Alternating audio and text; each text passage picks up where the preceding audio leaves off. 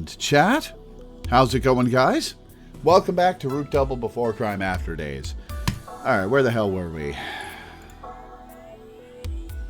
We had just hooked back up with Salou.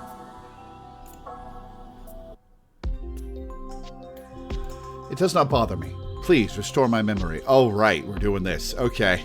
Time to get some answers. Hang on a sec.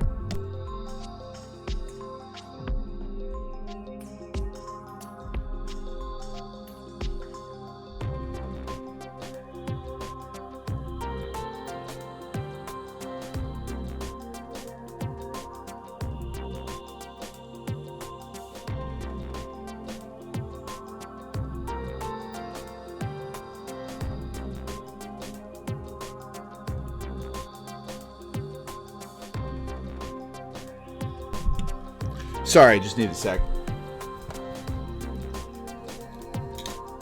Very tired.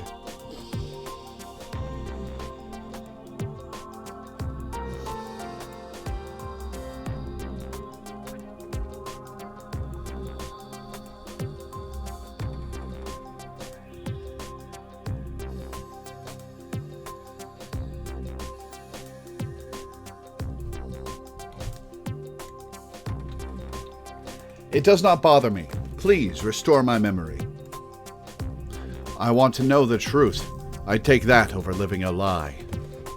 I'm going to turn on my sun lamp and have that blasting some vitamin D in my eyes while I do this.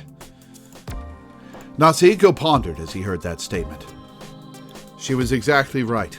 Averting your eyes from the truth meant you could not move forward. Salou needed to know the truth in the same way he did. Then, should I leave it up to just you to dive into Salou's memories this time, Yuri? No, I want you to see too, Natsuhiko. Huh? I have a vague feeling of what the details of my memories are, so I want to let you see them too. And, if you don't mind, I want you to support me. Salou's honest words pierced Natsuhiko in the heart. Hikarin, I want you to join in too. I want you to see what it is I've done. I want you to see our past. All right. How is her ponytail, her side ponytail, doing this when there's no wind? Natsuhiko nodded at those words. And thus, hand in hand with Yuri, he tried using Sense's sympathy.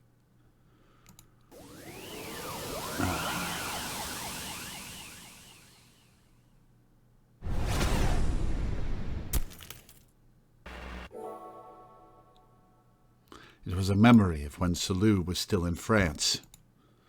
The sights she saw spread before Natsuhiko's field of view.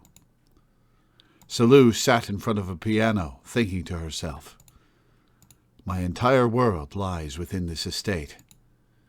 Eventually, Salou's tutor entered her room. Luis, it's time for practice.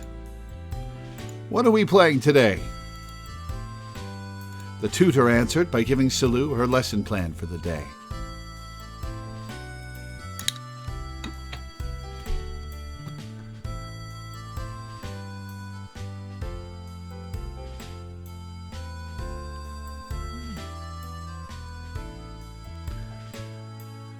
Oh boy, okay, sorry, I need a minute.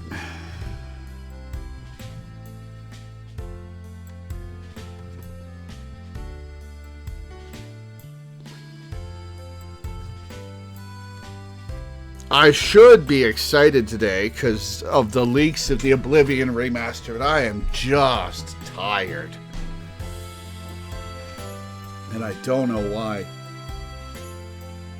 So I need a sec to recenter myself before we continue.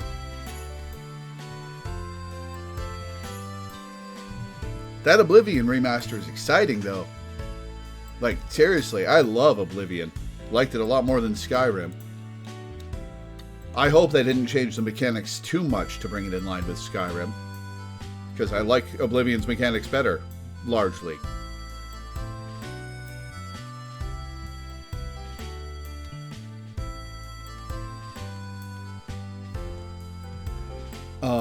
I think the hullabaloo over the dock screenshot is overblown because it's taken at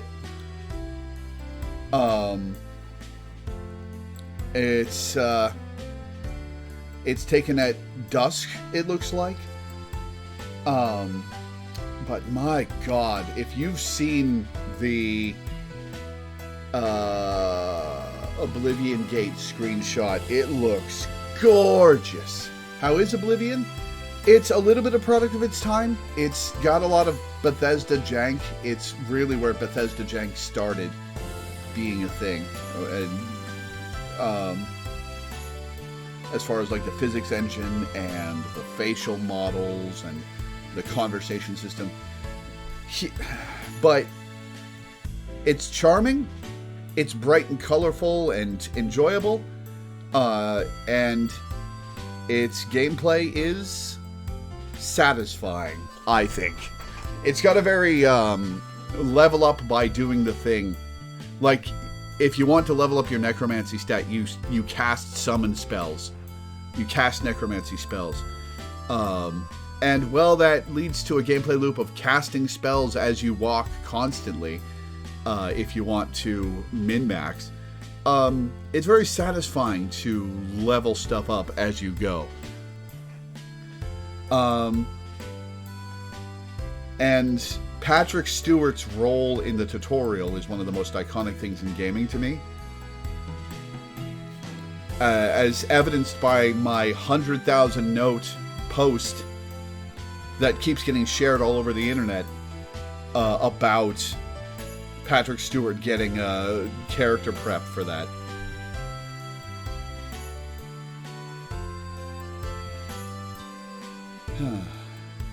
Let's just play Oblivion instead. I've got that on my PS5. Then I can show you. What else to say about Oblivion? What else to say about Oblivion? It's full of bloom, right? But it's very visually refreshing when you go back to 2000s games and you see all the piss brown color filters, and then you play Oblivion, which is bright and colorful and green and lush. And it looks terrible, but it looks so good. And I hope that artistic choice carries over to the remaster / remake. Generally touted as the best Elder Scrolls. I think it's the best Elder Scrolls that I've played. I actually have found it rare over the years for people to peg that as the best Elder Scrolls. A lot of people peg Skyrim, and a lot of people peg Morrowind as the best Elder Scrolls. But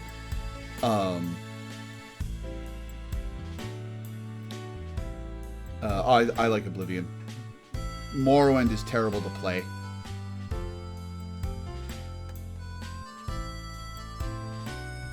From what I played of it. So, yeah. The fascinating thing about Oblivion is that before Oblivion... Okay, Oblivion has this really jank conversational system between its characters. They all have AI routines where they will wander around the city and whatever locations they're tethered to, and they'll stop and they'll have conversations with other NPCs that they come across. And they're super basic, and they're a little disjointed because they're made up of discrete parts that just get picked from as the conversation goes on. But before 2006, that wasn't really a thing. Oblivion might have done it first, at least in a complete, recognizable way. And And looking back at the history of gaming, it's a huge flex point for that.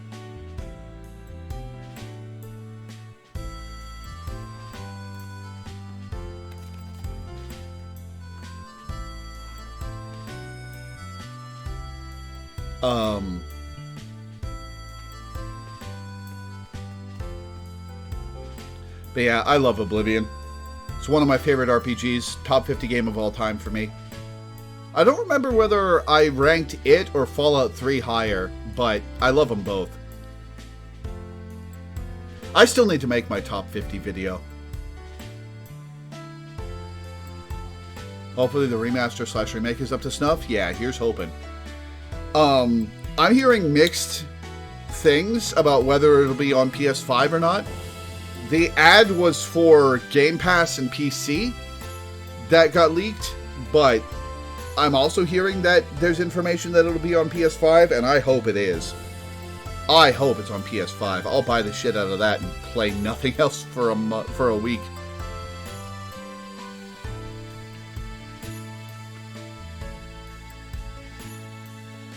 Okay, this is starting to give me a headache.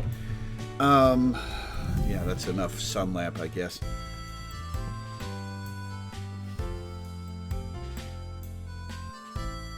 Yeah, I played so much Oblivion on my Xbox 360.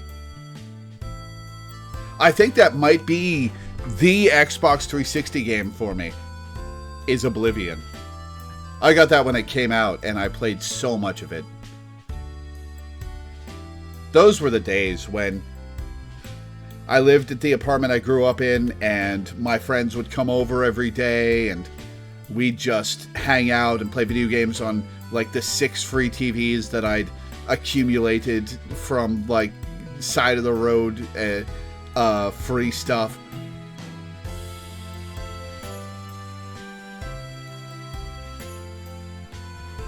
Those were the days.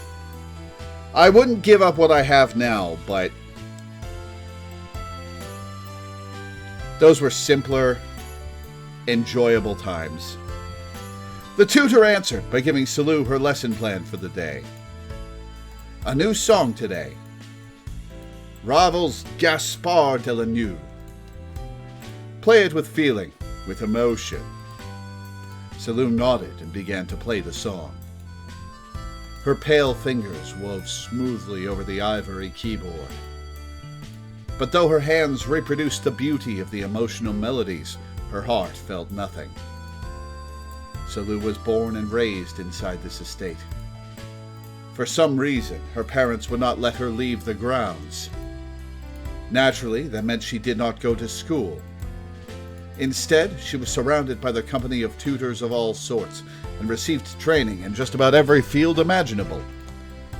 And, perhaps as a result of the tutor's excellence, or perhaps the brilliance of Salou's all-encompassing talent, Salou had barely reached the age of 10 when she had gained a pool of knowledge both deep and wide. It's just as Salou told us. Natsuko thought to himself as he watched that memory. Yeah, I'll bet this was a false memory Yuri planted. The sight before him agreed with what Salou had told him of her past a few days ago. But at that moment, Yuri's voice echoed in his head. That's not it, Hikarin. This memory is a fake, a false memory I created. I knew it. Yuri had already told him that she had falsified Salou's memory. Yet we saw that like 2 minutes of gameplay ago. But why would you do this? Because there was no other way to save her. What's that supposed to mean? Let me restore the memory to how it was before I falsified it. Salou's real memory.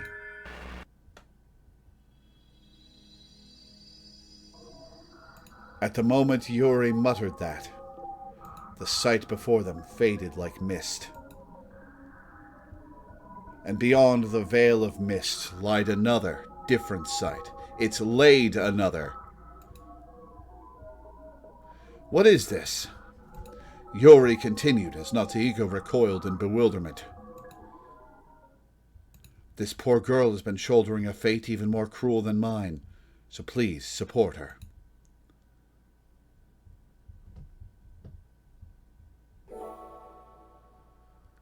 It was a cold, gloomy room, almost like a prison. It's one of the empty rooms from downstairs. Salou stood still in that room, thinking to herself, my entire world lies within this facility. Facility? That word triggered red flags in Natsuhiko's mind. When the door opened, it was not a tutor that entered the room, but Dr. Miyoko Tenkawa. Yep! Yui, come out. But a woman Natsuhiko knew well. It's time for experiments. As Dr. Tenkawa entered the room, Salou asked her a question. Whose memory are we transferring today? Professor Emeritus Kagano, an authority on fluid mechanics. Fluid mechanics? Not interested. You might actually find it interesting once you understand it, you know? After all, it only takes a moment. Okay, so Salou is a psychic, and she was getting enified, so Yuri overwrote her memories to fix her.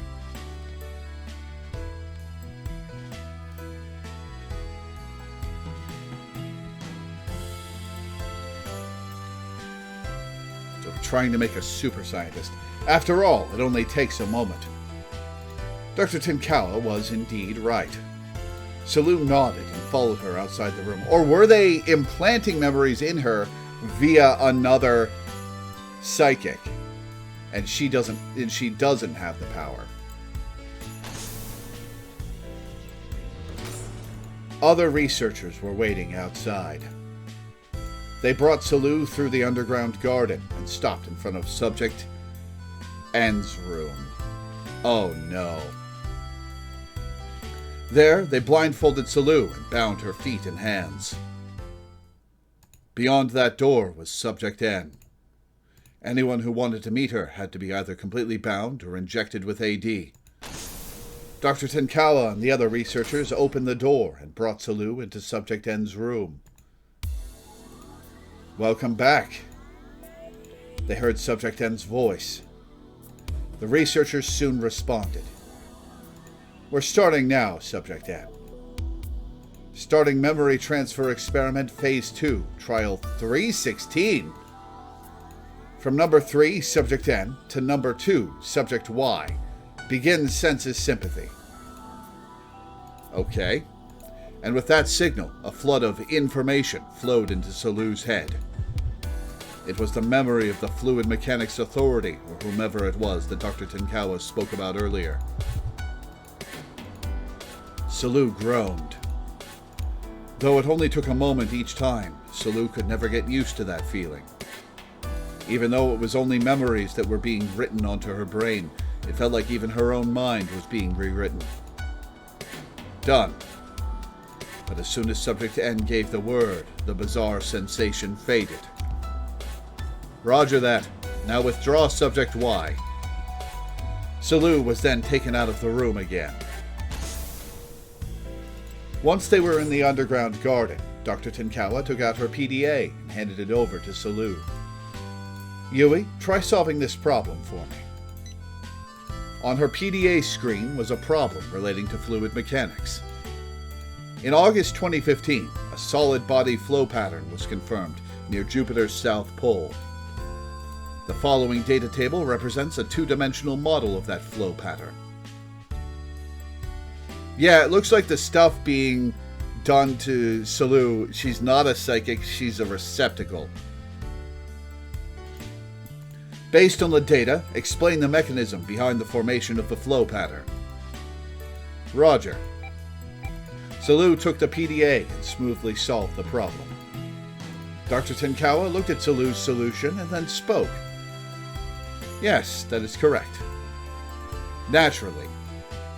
It was no surprise, for that problem itself was made by the very same Fluid Mechanics Authority whose memory Salou now had. Thus, there was no conceivable way Salou would be unable to solve it. Successful memory transfer confirmed. Memory transfer experiment phase 2, trial 316 complete. Dr. Tenkawa spoke those words into a voice recorder and then addressed Salou. That finishes up your work for today. Let's head back to your room. Understood. And with that answer, Dr. Tenkawa brought Salou back to the room she started out in. Truly, the only communicators she cares about are Yuri and her son. The rest of them can go to hell. This was Salou's one and only unconditional role. To be a part of Labo's 4 years and going memory transfer experiment. The subject matter of the experiment was simple. First, Labo would invite guests with technical expertise to come to the facility. After putting a guest to sleep with drugs, they would quickly bring them to Subject N's room. There, Subject N would apply senses sympathy to steal all of the guest's knowledge. A skilled Level 6 communicator is able to handle memories inside the human mind, almost as if they were digital data. The communicator could copy and paste the memories into their own mind, as well as bestow their own memories to a third party. Such tasks were easy, assuming one could manipulate intracerebral BC particles at will. Furthermore, the entire process took only a negligible amount of time. The guest would be left with a memory gap, but all Subject N had to do was fill it in with a fabricated memory. Once the drugs wore off and the guest woke up, they would not remember a thing. They would not even be aware that anything had happened to them. It was an extremely efficient, perfectly imperceptible theft of trade secrets. The backbone of an industrial espionage effort created by Labo, Rokume City, and a certain corporation. It's a well-planned system. That was what Salou thought. There were several ways of inviting the guests as well. Sometimes they'd be invited directly with made-up business. Sometimes they'd visit Labo of their own accord. Rokume City Hospital was yet another entity in on the deal, and thus there were cases where they had drugged patients who had useful knowledge and transported them to Labo. Man, this just keeps getting bigger and bigger. Thus, Labo obtained knowledge from visiting guests and applied that knowledge for use in its own facility.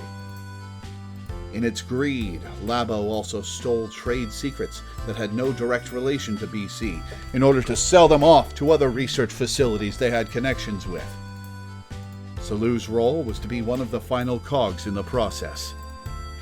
All of the memories and knowledge Subject N stole from the guests were transcribed onto Salou's brain. As a backup, so to speak. Salou was thus a spare brain for Subject N. That said, Salou didn't think much about it. She had already been burdened with that role for as long as she could remember. Just once or twice a week, the professor would come bring her to Subject N's room and back, just like today. And as long as she did that, she received all of her living necessities. All necessities except for freedom, that is. And Dr. Tenkawa is an awful person. Good work today. Dr. Tenkawa thanked her as always. But Salou noticed her voice was just a little bit quieter than usual. Professor, what's wrong? It's nothing. I'm just a little tired. We've been busy recently, you see. Salou was relieved. As long as the professor said so, it was probably just that. I'm sorry, but I've got matters to attend to, so I'll be going now. I'll show up again later. When's the next appointment? It might not be for a while, actually. Subject N hasn't been well lately. I see. Salou felt glad that she wouldn't have to deal with that troublesome sensation. Oh, Subject N probably infected her, Yuri overwrote her memories, and now we have to fix her. Salou felt glad that she wouldn't have to deal with that troublesome sensation, but at the same time, she felt a little lonely that the appointments were diminishing. I'll be sure to tell you when an appointment's scheduled. See you later. Does she have anything in her room to do? And with that, the professor left the room. Salou gazed at the shut door. As long as nobody opened that door from the outside, it would never open. Salou thought she would have a bit of free time until the next time the professor came. Salou herself wasn't quite sure of how long this had continued. Such a trifling past had sunk to the bottom of her vast, oft-rewritten pool of knowledge. But what she did remember was that when she was younger, she had a different sort of role. If I'm not mistaken, that was the experiment to inundate the body with WX particles. In those experiments, Salou was exposed to a WX particle-filled environment created in Area N for extended periods of time. Exposure to such an environment could artificially raise BC aptitude, or at least that was the goal of the experiment. But Salou showed no results. The experiments failed, leaving her with the rank F aptitude she was born with. Compared to back then, any experiment would be better. Salou was thankful that those experiments had ended 5 years ago. The current memory transfer experiment hadn't had a single failure. Unlike the experiments in the past, these ones have a definite purpose.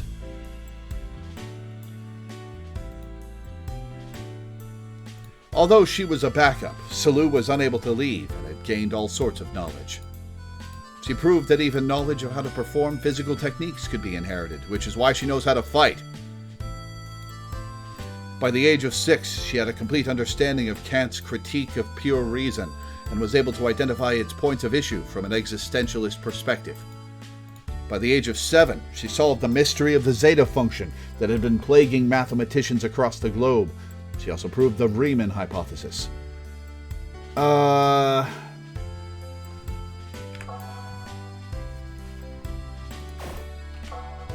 Riemann hypothesis.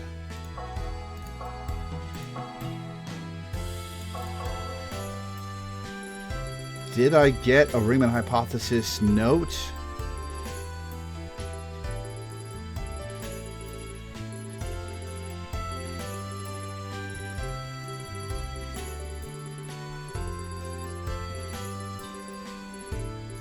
I did not. Okay, what is the Riemann hypothesis?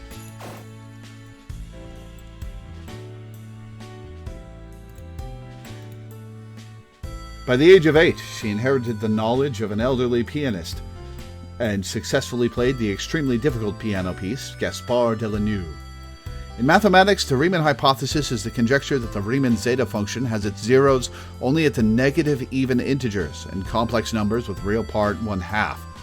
Many consider it to be the most important unsolved problem in pure mathematics. What is the Riemann zeta function?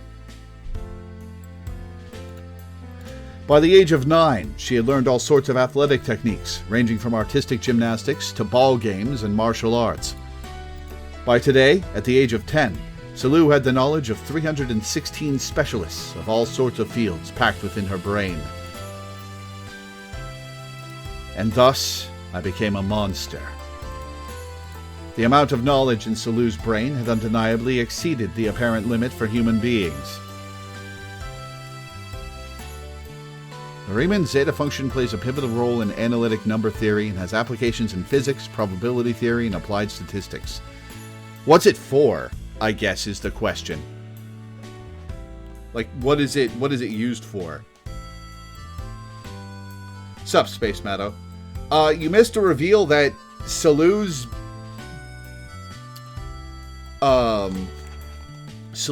a backup brain for Subject N. A receptacle of knowledge. The amount of knowledge in Salou's brain had undeniably exceeded the apparent limit for human beings. Her swelling pool of knowledge was her entire life's history.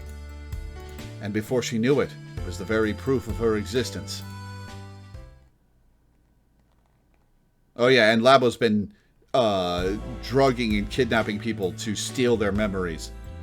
3 weeks later, just as Dr. Tenkawa had implied, there wasn't a single experiment since that last one. Salou spent the whole time alone in this room reading a book, over and over. What she read was a sci-fi novel based on the themes of self and memories.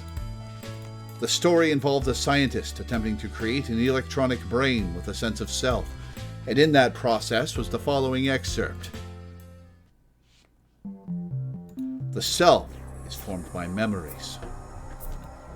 Humans decide their wills and behaviors based off of their own memories of the past. But I still do not quite understand the process behind this formation of the self. If one were to gather a sufficient number of memories, would that necessarily form a self? One would assume that as more and more memories are accumulated, the self would become more and more defined. Let's take, for example, the process through which an infant first begins to speak. Tip: how babies learn to speak. After an infant is born and they hear their parents speak, the infant gradually appears to memorize sounds. At first, the infant does not know how to utilize its memories. But one day, as if the puzzle pieces in the infant's brain finally snap into place, their countless disjointed memories become one connected network. I see, so that's it. Stringing these sounds together is a way to convey my will to other people. I was walking and talking at 9 months old and causing my mother no end of trouble. I think I had my alphabet by a year? I'm not sure. And thus the infant begins to speak, and its once isolated self connects with the outer world. No, I don't know if I had my alphabet by a year. I did have a shit ton of words by a year and a half. This is one process of the formation of the self. And as the infant connects its accumulated memories, it uses them to further nurture its own self.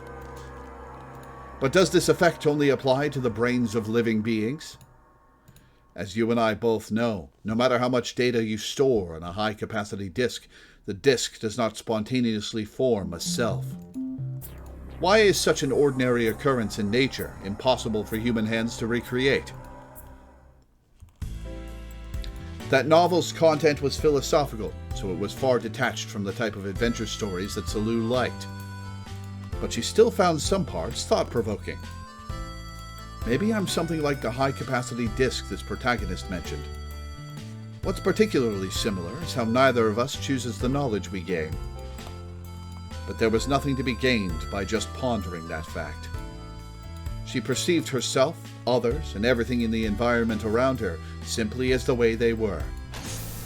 Just then, the door finally opened again after weeks of being shut, and in walked the professor. What do you mean weeks of being shut? Surely they fed you. Yui, come out. For an experiment? No, today's a physical examination. Let's go to Area 5. That would mean Salou would make the rare departure from Area 0. Since she was a little fed up with the tedium, Salou happily nodded at the professor's words.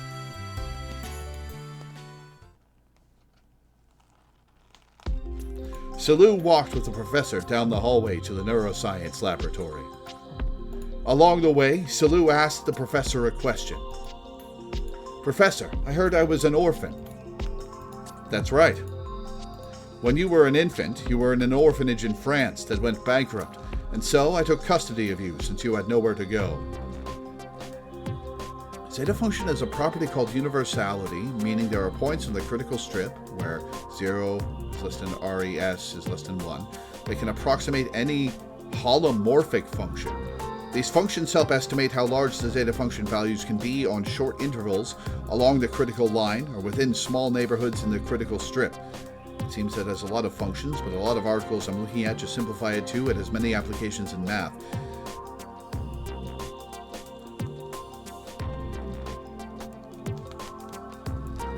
Like, I'm sure it's useful, but what is it used for? Like, none of the things that you're finding tell me what it's used for. What is the critical strip? What is the critical line? What is a holomorphic function?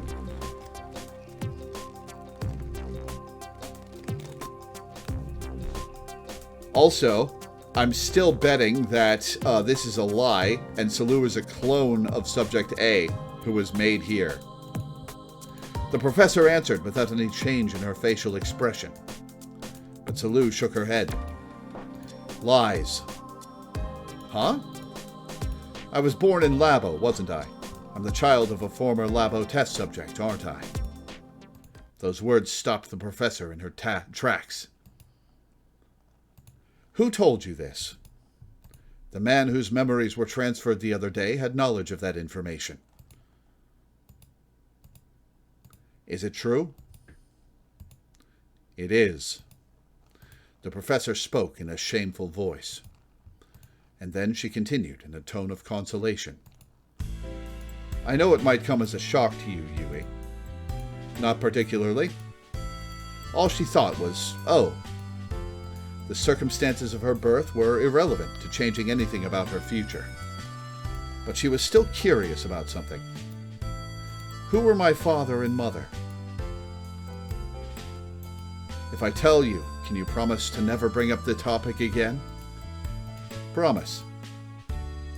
And with that, Dr. Tinkawa took a deep breath and answered. Your mother was a Frenchwoman named Alice Flam. The very first rank S aptitude communicator discovered in the world 13 years ago, in the time when BC was just starting to gain recognition. She was designated as Communicator A and became the trigger that led to Labo's establishment.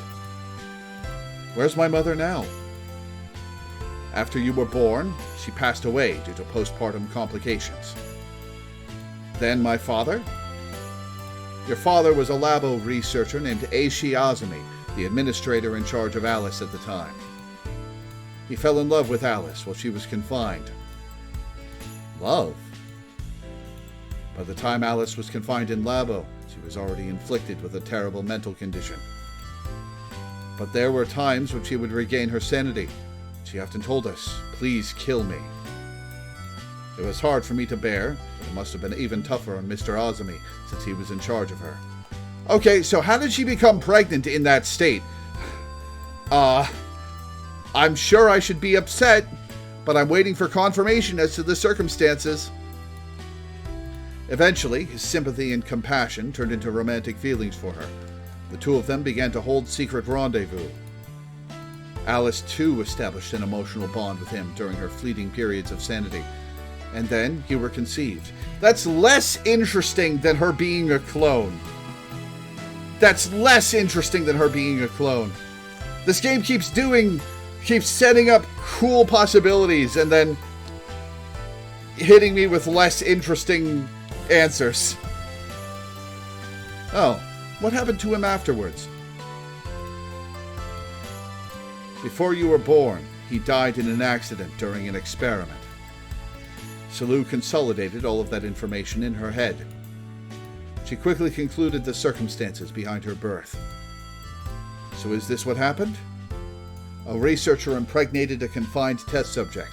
Labo tried to cover up the scandal. But the test subject was a top communicator, so the child would possibly be born a communicator as well. Labo wanted a test subject they could follow from birth, so instead of abortion, they had the mother carry the child to term. I am that child. Is that it? No. Labo's ethics hadn't sunken that low at the time. But they have now. It wasn't until her 6th month that Alice was discovered to be pregnant. With her already being on the cusp of her 3rd trimester, abortion was impossible. I understand now. This facility started going crazy after Mr. Azumi died. That man was the conscience of Labo. But I've been confined here as a test subject even after all that. For what reason? Because you have no living relatives, and it was thought it would be too hard for you to live on your own. That, and the top brass didn't wish for you to live outside. I'm sorry. I've got nothing but excuses. Dr. Tinkawa muttered that bitterly. Salou sighed and asked another question. I didn't have any aptitude at all. I'd be useless to Labo, wouldn't I? You were given roles, so that wouldn't be the case. The WX particle exposure experiment was part of it. The energy amounts were managed so that they would not have any lethal effects on your body. Even the official stance was that your existence wouldn't be without meaning as long as those sorts of experiments persisted. Then the same probably went for the memory transfer experiment. Ever since long ago, Salou did not think it was a particularly useful experiment. There was no meaning behind turning a test subject into a prodigy if she couldn't leave Labo. But not even Salou wanted to think about what happened to test subjects whose existences lost meaning. As Salou's thought process reached a dead end, the professor spoke up. "Say, Yui, you can at least believe in this. You are not an unwanted child. You are a product of your parents' love for one another. That doesn't matter either way, but if neither of my parents were around, then who named me?" "Huh? Oh, did you do it, Dr. Tenkawa?" "My name, Yui. Who named me that?" Salou's designation was Subject Y. But Dr. Tenkawa was the only one to call her Yui, and only when the two of them were alone. "I did, because your parents both died before they could name you." "Why that name?" "I wanted to give that name to my daughter if I ever had one. Yui, because I wanted to raise a girl wrapped in gentleness." "Do you hate it?" "No. It's not particularly uncomfortable here. You're gentle too, Professor. Above all, you gave me a name, so I like it." The professor's eyes widened at those words. She then hung her head without saying anything. What a clunking noise.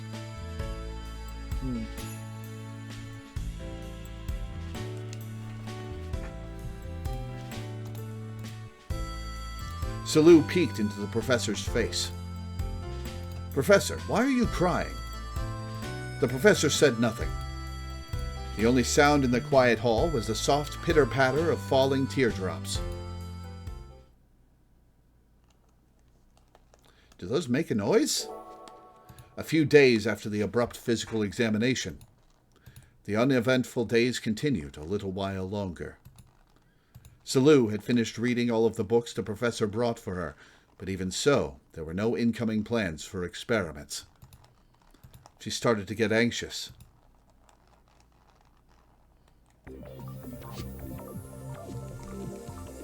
Did something happen? Salou looked towards the door that would not open. She had thought that the days would repeat the same way forever. That the professor would come into the room like usual and take her for another experiment. In any case, something strange. But there was no way for her to find out the cause behind the situation. Right as she pondered what to do, the door opened. "Professor!" Salou called out reflexively. "Yui?" "What's today's experiment, Professor?" Salou was happy to see the professor, thinking her arrival meant the return of life as usual. But something was different that day. "I'm sorry, Yui. The memory transfer experiment has been terminated. You're no longer participating in experiments." Salou doubted her ears. In other words, she had been released from her one and only duty. Excuse me. Why? Subject N has lost her individuality, and the experiments cannot continue with her in that state. "You don't mean edification?" She remembered hearing that term before. But what she couldn't remember was if she heard it with her own ears or if it was a copy of someone else's knowledge. But what she knew for sure was that once enified, communicators did not return to normal. Perhaps 6 years of experimentation were too much for her brain to handle. What about the new communicator? There's someone designated as Subject Y too, isn't there? All right, now we need to find out if N is a clone of Yuri. It's been decided that she won't participate in the memory transfer experiment. She's the last communicator Labo has, so she cannot be exposed to any risk of enification. So the experiments can no longer continue. No! Salou shouted before she realized it. She clung to the professor and spoke with a trembling voice. Please do more experiments, Professor. I can't stand being a meaningless existence. Cramming in memories is the meaning of my existence. I'm an empty void made for that purpose, aren't I? Please, don't take my role away from me. I'm sorry, Ewing. It's too dangerous to continue the experiments. Your brain's been negatively affected, too. Have you not noticed any symptoms? If we're not mistaken, your self-consciousness has been growing to extreme heights, but in return, you've been losing the ability to understand others' feelings. And Banyu? Lies. Okay then, Yui, can you tell how I'm feeling right now? I can. Then tell me. Dr. Tenkawa smiled.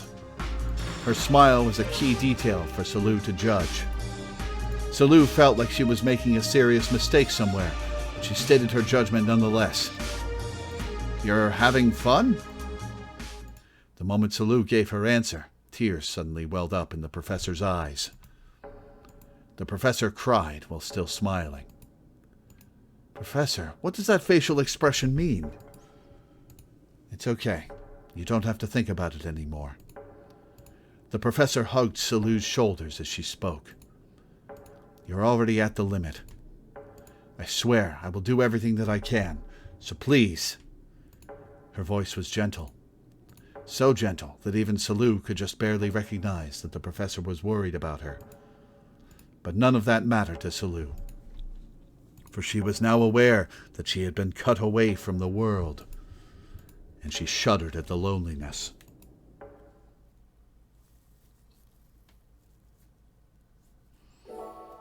A long time passed after that. Salou's voice echoed through her room. 195, 196, 197, 99, 20, 30. She was counting push-ups. 200. Salou finished her training and took a deep breath. No wonder she can take down Watase. Phew. Salou thought to herself as she wiped off her sweat. Exercise is good. If I move my body until it gets sore, it takes my mind off of unnecessary thoughts, and I can really feel the results. She finally became able to use the extensive physical techniques that had been written onto her brain. That said, she couldn't practice gymnastics or track and field techniques in the room. Salou's favorites were things like simple muscle training and martial arts. The kata training methods in Japanese martial arts were particularly suitable for her needs, since they allowed for the honing of one's combat skills, even in the absence of a partner. She imagined enemies in front of her to fight. She had already fought countless times with these shadows.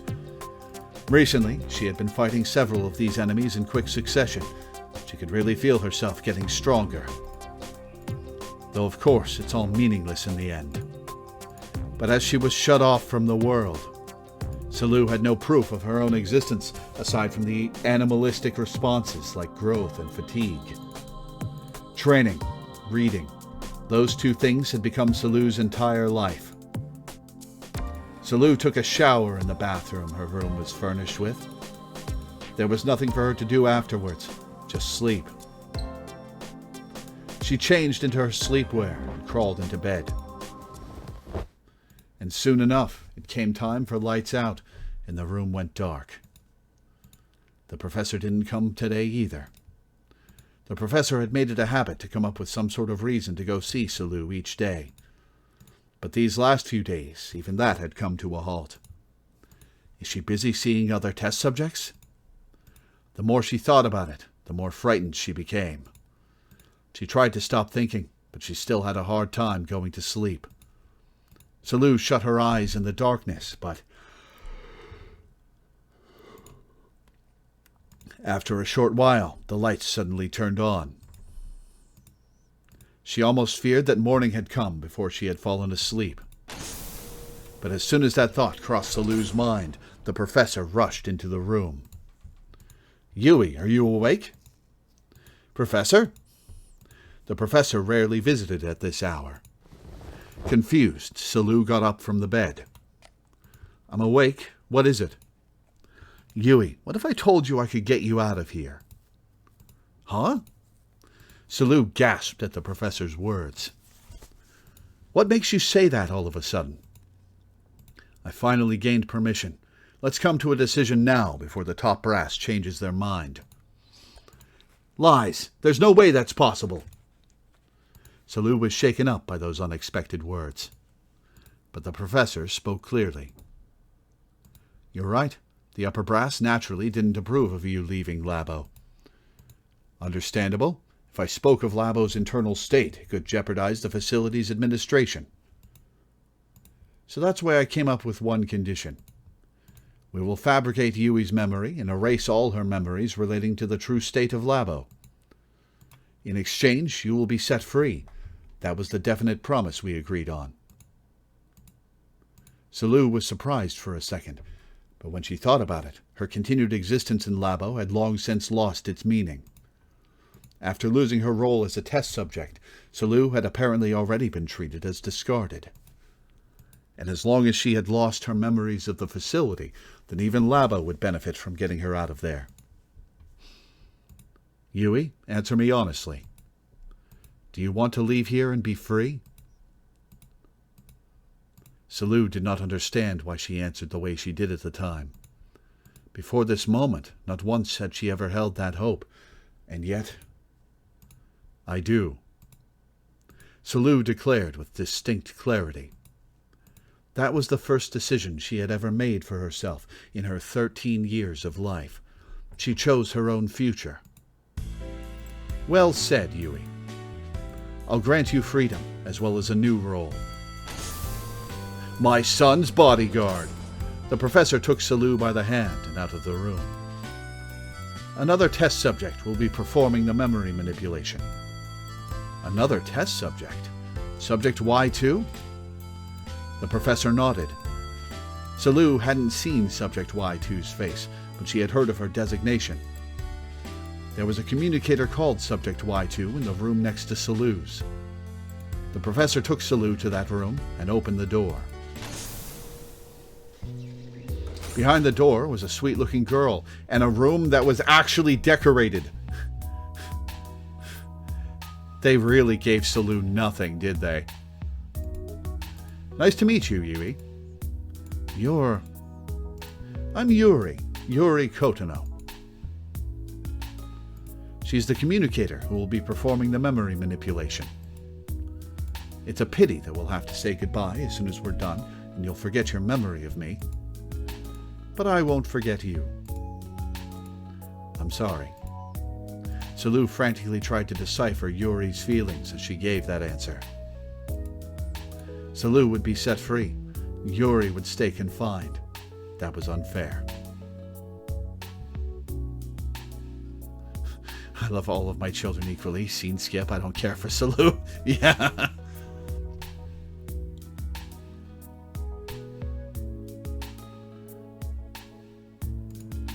So Salou thought that Yuri might be sad, but... No need to apologize, okay? I'm really happy. Because I can set you free with my power. Why was she happy? Was she lying or telling the truth? Salou had no idea. When is she getting the ferret? But from the bottom of her heart, Salou wished for those words to be true. Soon, the professor took medicine out of her pocket. Yui, take this medicine. What's this? It's a powerful sleep medication Labo often uses. Take this, and everything will be over while you're asleep. Once you wake up, you'll be living in the outside world as my distant relative. A legal identity has been prepared for you under the name of Louise Yui Sanamiya, a half-Japanese, half-French girl.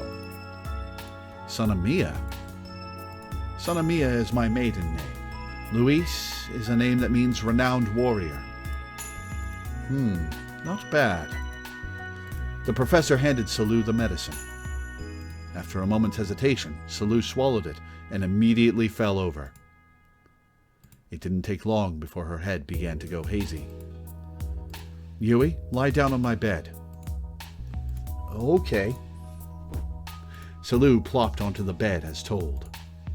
She heard the professor and Yuri speaking. 13 years of memory is no trifling matter, I understand. I'll try. That voice faded into the distance. Salou strained her eyes in an attempt to see Yuri's face clearly one last time, but her eyelids shut against her will. As her sight and hearing sank into the darkness, Salou felt like she heard the professor's voice. Good night, Huey. Your real life begins tomorrow. Salou smiled faintly at those words, and then she fell into a deep sleep.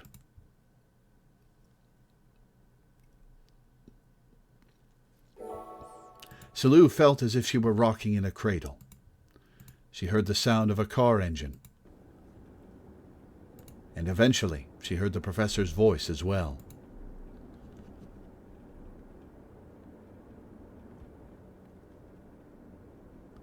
Huey? Huey.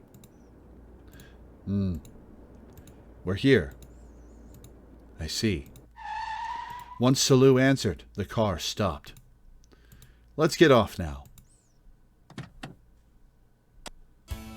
As she got out of the car, a never-before-seen sight spread out before her eyes. A gentle breeze caressed Salou's cheek. The professor stood next to her and spoke.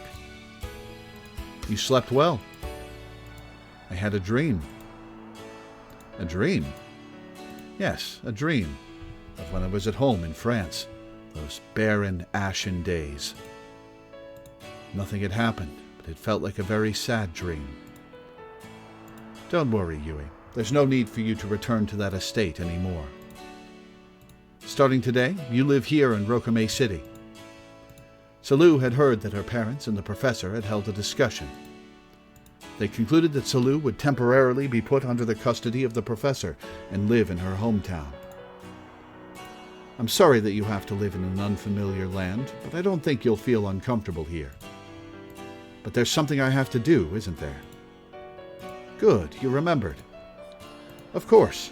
More importantly, I want you to go over my role again, because I don't remember. Your role here is to protect my son, Natsuhiko Tenkawa.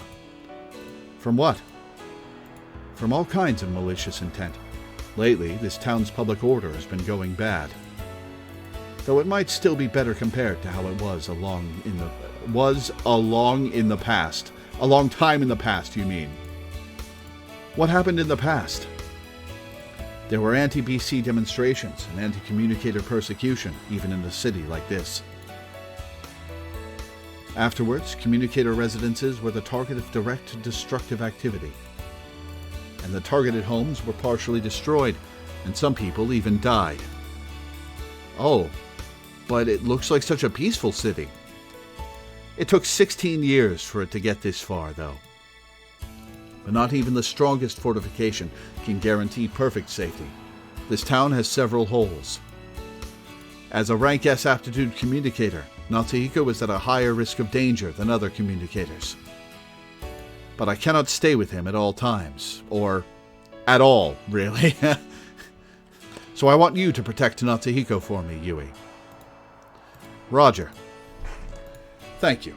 Now, there's one key thing you need to know. Due to childhood trauma, Natsuhiko keeps seeing a phantom of his childhood friend who died. Her name was Yuri Kotono. Yuri Kotono. For some reason, hearing that name made Salou feel nostalgic. Indeed, the professor had talked to her about this topic before. When you speak with Natsuhiko, he might suddenly bring up that girl's name. But don't touch on the subject. Just gently leave it alone. I already understand the information concerning Yuri Kotono. I intend to handle the subject with the utmost care.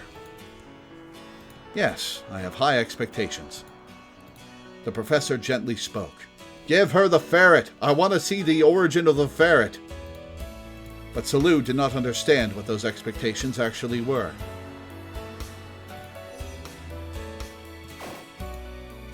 She was extremely poor at judging what was on people's minds based on facial expression and tone of voice. I really am anxious after all. I can't understand other people's minds or other forms of any worldly common sense. Can someone like me properly care for your son? I thought you might say that, so I prepared a present for you. And with that, the professor took something out of the car trunk. It appeared to be a stuffed ferret or some other similar animal. A stuffed animal? Not just any stuffed animal. This is an atmosphere-reading mascot system, or ARMS for short. Its featured functionality is to give you estimates of emotions based on facial expression, speech, and conduct. It should serve as an important guide to help you live in the outside world. And with that explanation, the professor handed the so-called ARMS device to Salou. Excuse me.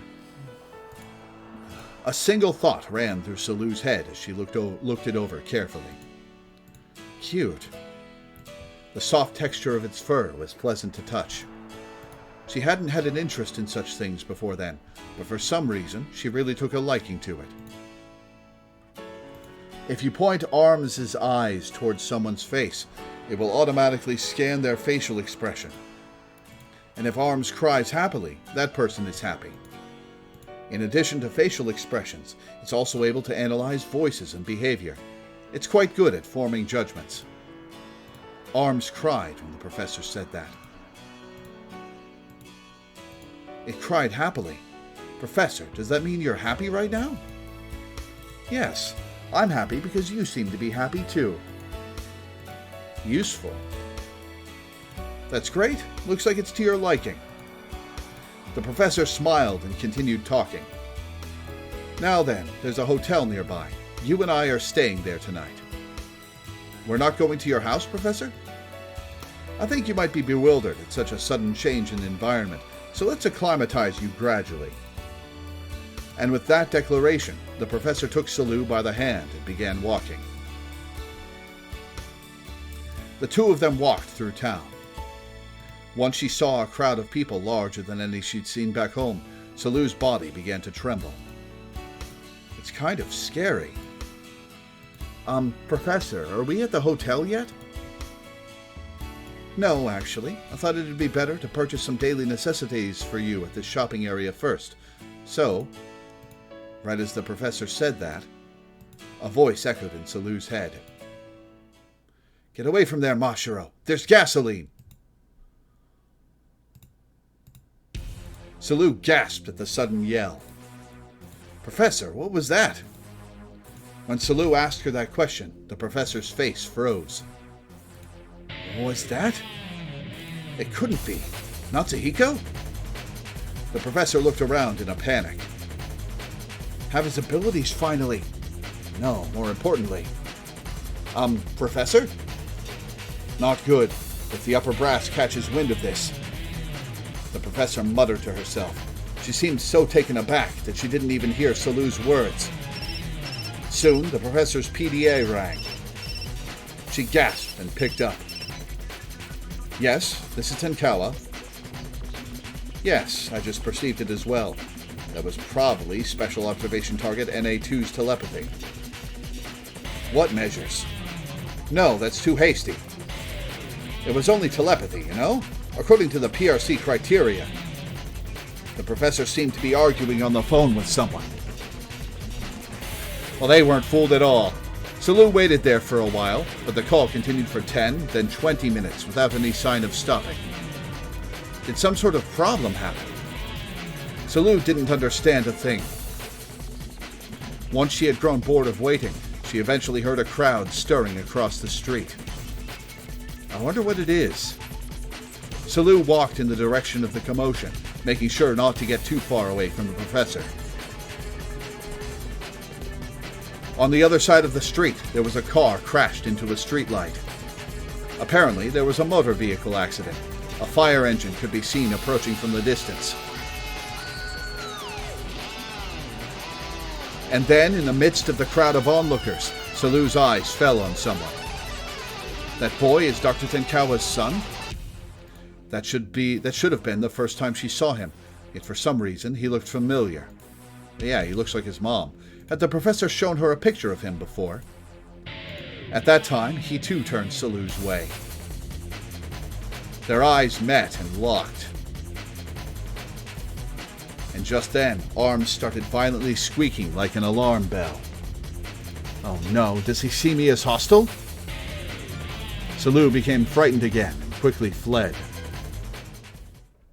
When she got back to where the professor was, the phone call was just about over. Yes. Yes. Understood. Then we'll go with that. The professor sighed and hung up. Once she noticed Salu, she spoke to her. Sorry about the wait. Finished with the phone? Looks like things are about to get busy, but I'm okay. Don't worry about me. Please don't mention that phone call just now to Natsuhiko when you meet him, okay? I don't understand, but okay. Thank you. Anyway, let's go to the hotel. I'll take care of the shopping later. The professor grasped Salu's hand and started walking again. Along the way, Salu asked the professor a question. By the way, Professor, back to what we were talking about. Huh? The matter about protecting your son. Why choose me for that role? Someone with your position and assets should be able to employ as many capable bodyguards as you'd like. So why choose just me? Oh, is she, like, rich from her labo pay? The professor quietly answered Salu's question. I wanted to give you a role. A role? Yes, a role. It's not just for my son's sake, it's for yours as well. Both Natsuhiko's mind and yours are lacking in some areas, but that's exactly why you can complete each other. I have high hopes for you, Yui. Hopes that you can give Natsuhiko what I cannot. Hopes that Natsuhiko can give you what I cannot. I don't understand. She is famous for establishing BC in general, so I guess it would be surprising if she wasn't rich to some degree. Yeah, I guess. I know, but I'm sure one day you will. Once you've fulfilled your role, your void will be filled. The professor spoke with a smile. Salu didn't understand the professor's true intentions, but that one word resonated strongly with her mind. A role, huh? She didn't understand why she was so fascinated by something as boring as bodyguard work. But Salu was aware that it was something she had longed for. I'm not confident I can do it, but I'll try my best.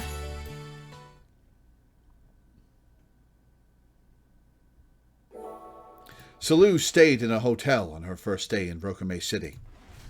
There, she received an informative lecture on the usage of arms and various points of caution relating to her new life.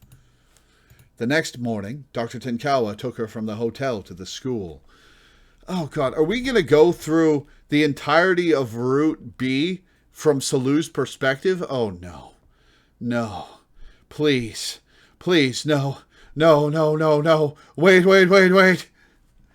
The next morning, Dr. Tenkawa took her from the hotel to the school. The circumstances were unclear, but according to the professor, Rokame Academy was the only school that would admit Salu.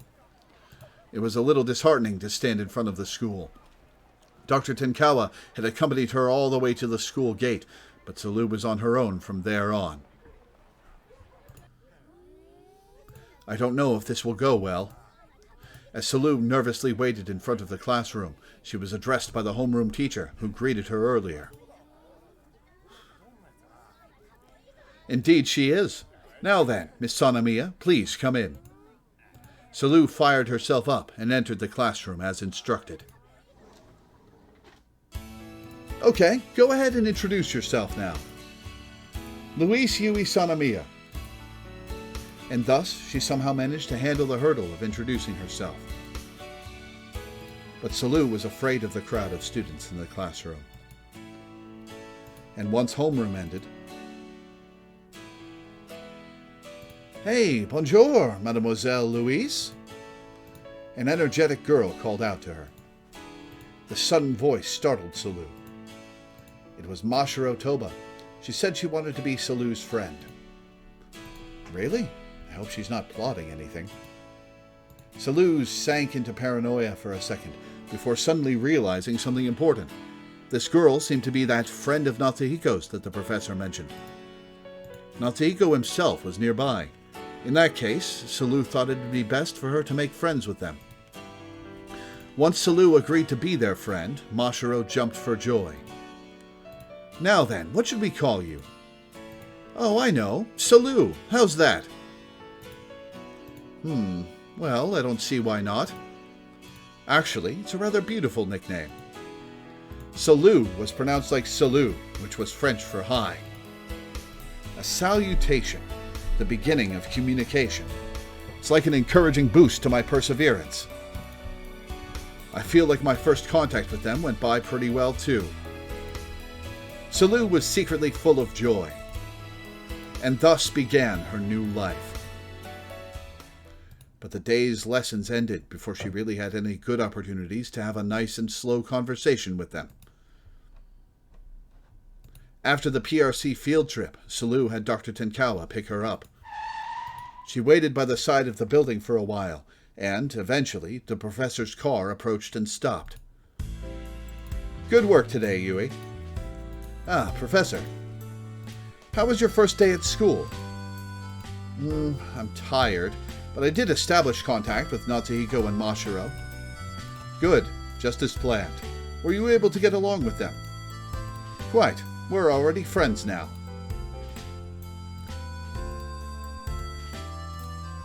Suddenly, Arms cried anxiously.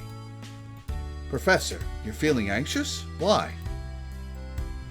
No, it's just your imagination. That's a lie. Perhaps even Arms was capable of making a misjudgment.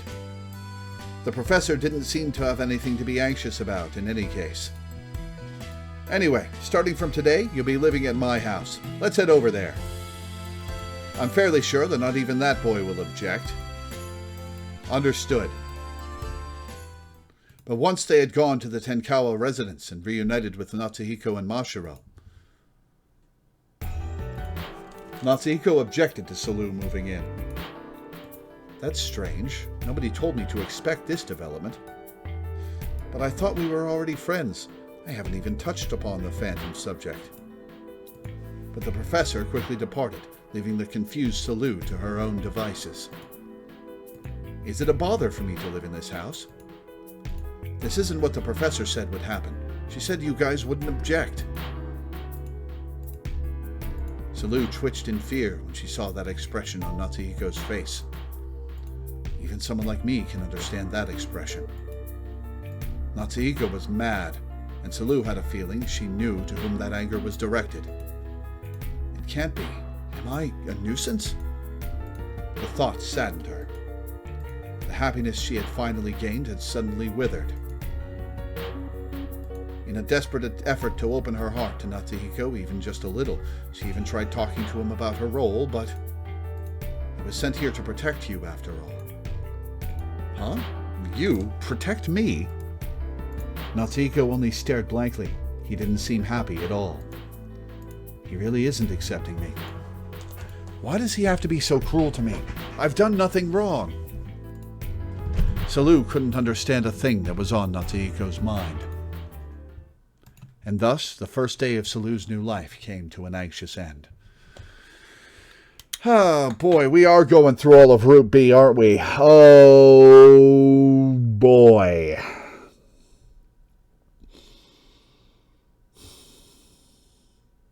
That does lead up to going through all of Route A and Route C, from Salou's perspective at least. So we can see what the fuck she was doing.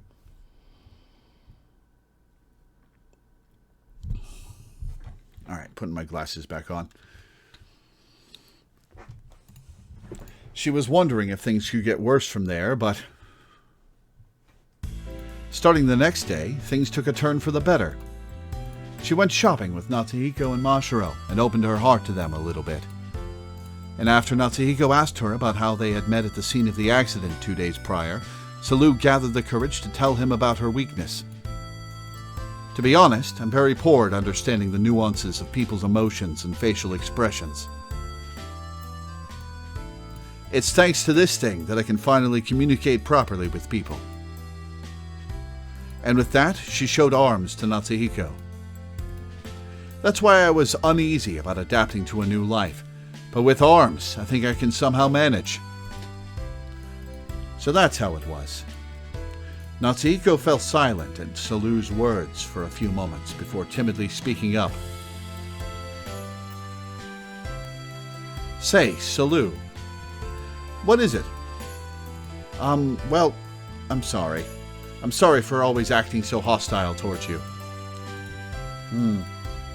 It was still an awkwardly stilted conversation, but it didn't feel unpleasant at all. I've learned something. The key to good communication might be honesty. You should open up your heart and come in contact with others, even if they seem scary. That was an epiphany to Salu. And that night, Mashiro threw a welcome party for Salu. Right. They are rich to be able to afford all this. Okay, thanks for waiting. Whoa. Magnificent. The food was very delicious, but above all else, it was Mashiro's consideration that delighted Salu. She's gentle, and she doesn't hide behind a mask. Her speech and conduct match almost perfectly with Alice's judgment. Everything she says seems to be genuine. Even though Salu couldn't understand the minds of others, she felt like she could believe Mashiro unconditionally. Afterwards, they all talked about novels and had a fun time. Once Mashiro went home, Salu tried asking Natsuhiko a question. It looked to me like everyone had fun today. Did you have fun, Natsuhiko? Huh? Well, of course. Did you have a bad time, Salu? No. I had a lot of fun, too. When Salu said that with a smile, Natsuhiko smiled back. If only days like this could continue forever, that's what Salu wished. But that peace did not last long. The next night, Natsuhiko and Mashiro got into a fight, even though Salu had thought they were getting along. I can't count on you for anything anymore, Natsuhiko. Goodbye. Hey, wait a second, Mashiro. And the next day, Salu herself got into a fight with Natsuhiko. If you don't believe Mashiro, then why don't you just leave her alone? Hey, don't you think you're being a little too cold? You're not going to make any friends like that. Those words gouged out Salu's heart. She had never expected one of her first ever friends to say that to her. But if I talk to him honestly, then maybe... Once she got that idea, Salu talked once more about her peculiar trait. About the dysfunctional part of her brain. And how, as a result, she couldn't understand other people's feelings in the slightest. I came to Japan, met all of you, and had fun, but at times I've also been confused and also scared. Perhaps I really wasn't meant to interact with other people. Salu spoke on the verge of tears, but Natsuhiko replied in a subdued voice. Don't tell yourself you weren't meant to interact with other people. It's true that we can't understand other people's feelings. When I say we can't understand other people's feelings, I don't just mean you and me, Salu. Nobody truly can. Huh? It's not just me, but everyone? That's right. But don't you think we should still try our best to understand each other regardless? You don't need a full understanding of what's on other people's minds, but as long as you keep striving for it, in other words, as long as you keep other people in consideration, then I'm sure things will turn out for the best, both for you and for those you interact with. And unless you afford that kindness to others, nobody will be kind to you, will they? Those words reverberated in Salu's mind. I see. If everyone's the same way, then I'm just wasting my time worrying about it alone. Perhaps Natsuhiko has the same sort of worries I do inside. He overcame those worries to say all that. Is this what it means to sympathize with someone? At that time, Salou felt like she gained at least a slight understanding of Natsuhiko's incomprehensible, boyish mind. Then I need to respond by trying to sympathize with Natsuhiko too. Salou reconciled with Natsuhiko, and the two of them decided to search for Mashiro together. Let's calm down and think about a way to find her. I'll help. Yeah. They regrouped with Mashiro in front of the melancholic city gate. They searched for terrorists and trespassed into the PRC. And as a result of a misunderstanding there, they became a target for the security department. And thus they spent the night at a karaoke box. Salou's life began to take a huge change. She couldn't recommend Natsuhiko and Mashiro stepping into danger, but in the corner of her mind she enjoyed it. It's kind of like an adventure. It might possibly contradict my role, but I think I might like this sort of thing. The adventure continued to the next day. After they encountered the PRC explosion, they realized that the enemy's real target was Labo's nuclear reactor. And they confronted the terrorists at the ruined factory. They suffered a temporary defeat, but once they woke up from being knocked out, the three kids talked. Natsuhiko decided to head to Labo to prevent the terrorist plot. And so Salou and Mashiro chose to cooperate with him as well. Ah, jeez, how can you two be so stubborn? I don't want to hear it from you, Natsuhiko. The three of us just have the same idea in mind. Total agreement. And then the kids smiled at each other. They eventually sorted out their story. Okay then, ready guys? Roger. I'm ready to go when you are. Let's go, to protect the city. Salou nodded and broke off into a dash, alongside the two precious friends that fate had brought to her in that city.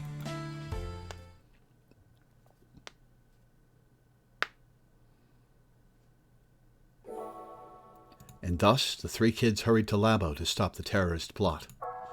I'm going to save.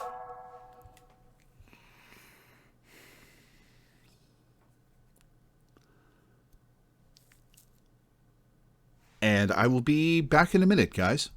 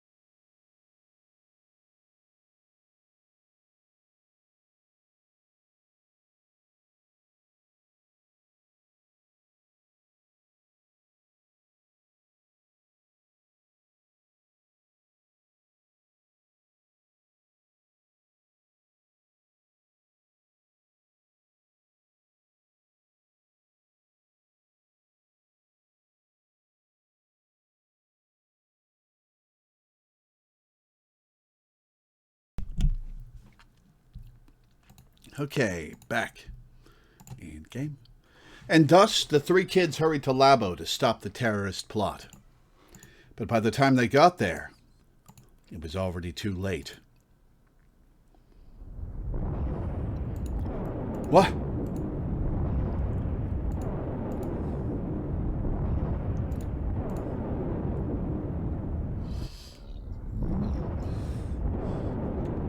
Excuse me. They missed the window of opportunity to stop the terrorist plot by just a short amount of time. After they had descended to the basement floors of the blazing building, they searched for an exit and Dr. Tenkawa. But along the way, they ran into the terrorists. Natsuhiko, Mashiro, run! Salu promptly yelled. Salu? I'll get rid of him. The other one's fainted, so I can manage one-on-one combat. Then let me help. No, Natsuhiko. You guys will only drag me down. I can't deal with a hostage situation if they get you. You guys go find an exit. If you find one, contact me through telepathy. Salu had judged that to be the most logical course of action.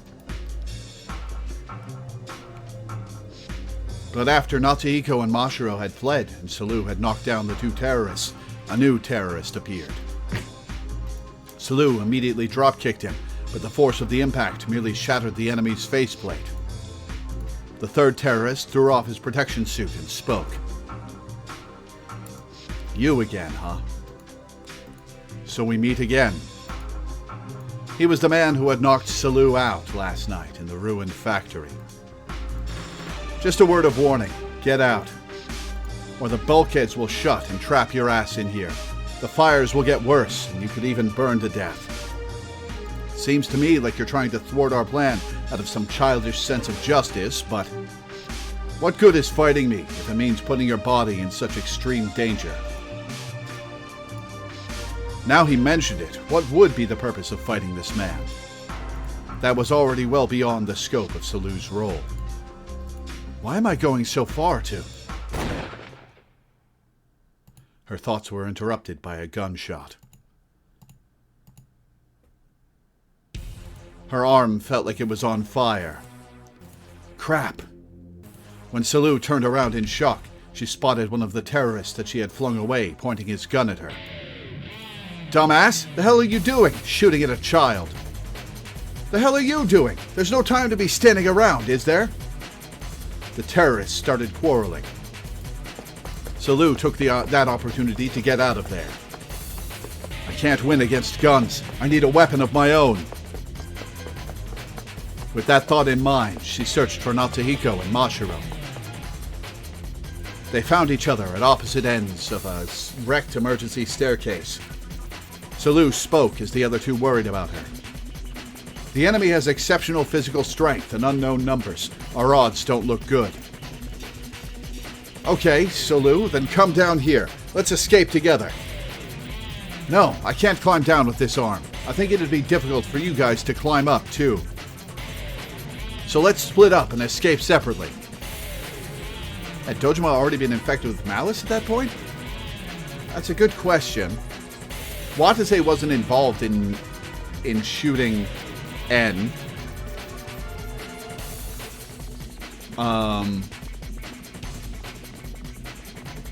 I think Watase got separated from... Yeah, no, it can't have been. Because the bulkheads aren't locked down yet. The case N hasn't been declared yet, so Subject N is still in her room. No, will you be okay by yourself, Salu? I will, but there's no time to speak my reasoning. So let's use BC. Salu said that, hoping they would use empathy on her. She calmed down her mind and thought of the message she wanted to send them. I finally found life interesting for once. I don't want it to end like this. I truly enjoyed these past 6 days. These are my true feelings, what I've always wanted to tell you all. Even though Salu was by no means an eloquent speaker, she was able to express herself honestly if she used pure emotions. It appeared that they had received her message. Okay, leave these two to me. Promise me one more thing, that we'll all live long enough to meet again on the outside. Promise. And on that note, Salou left. Blood seeped endlessly from the wound on her upper arm. My brachial vein's damaged. I need to treat it immediately. She set a trap along the connecting passageway to prevent the terrorists from chasing after her. And in the area at the end of the passageway, she acquired a security card, a disaster prevention manual, and finally, a stapler. Oh no. I can do temporary first aid with this. Oh no. Luckily, the bullet had pierced all the way through. Salou took the stapler to the gunshot wound in her arm and stitched it up. Ah! She stifled her voice and treated the exit wound as well. She sank to the floor, breathing roughly. For now, she had averted a medical emergency. Now what do I do from here? The terrorist's words echoed in her head. Just a word of warning, get out. What good is fighting me if it means putting your body in such extreme danger? She very well could do what he said and run away. But if the terrorist's goal was to destroy the town in its entirety with a nuclear meltdown, then running away was pretty much pointless. I can't just run away. If we don't prevent the meltdown, if we don't stop them, the city would be destroyed. Atomic dust would rain on Natsuhiko, Mashiro, Dr. Tenkala, and everyone else. There was only one way to stop it. I won't run. What I need to do now is not to run, but to fight. To defeat the terrorists and put an end to their plan. Because my role is to protect Natsuhiko and the others. A faint smile rose to Salou's lips. With courage welling in her heart, she began to walk once more.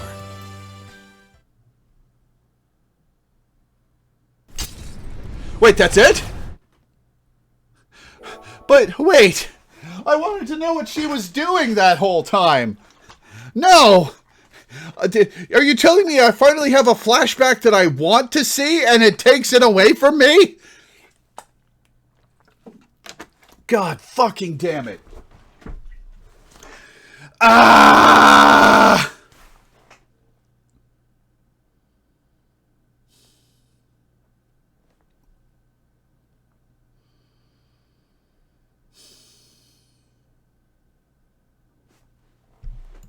Oh wait, let's confirm that that's what's happening. Natsuhiko and Yuri return to reality. God, fuck! I time my fight. Okay. I finally have a flashback that I want to see. And it... God damn it.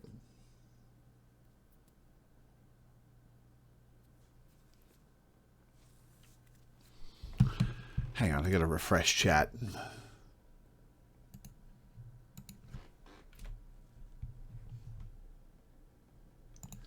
Oh my god. Okay, this game, I swear to God.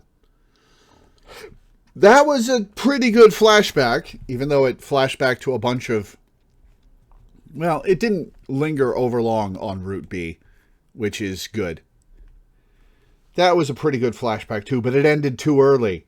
It ended too soon. I wanted to see what Salou's been up to for the last 6 hours.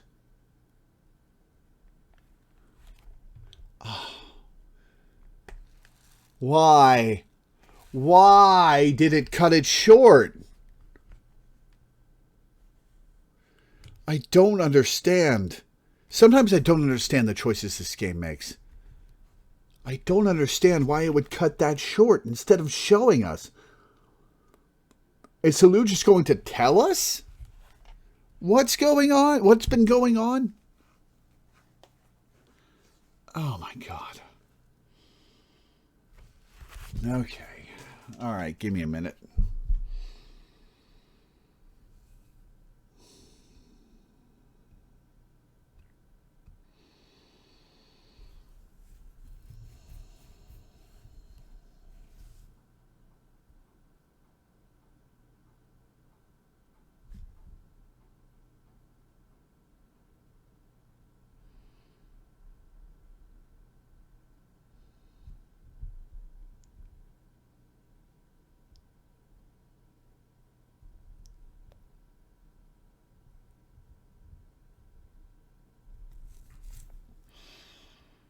Why?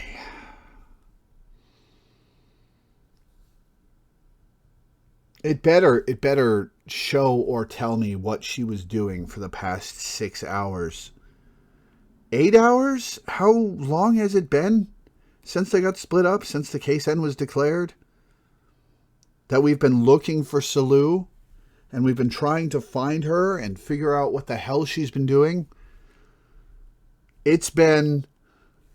How long have I played this game? Hang on, let me pull up Steam. It's been 80 hours of wondering what the fuck she's been doing.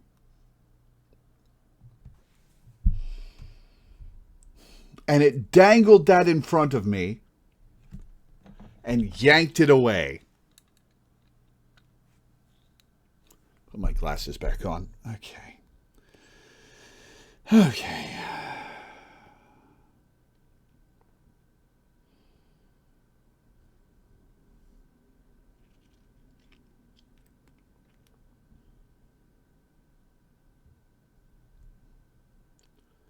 That is taking some wind out of my sails. Holy shit, that makes me mad.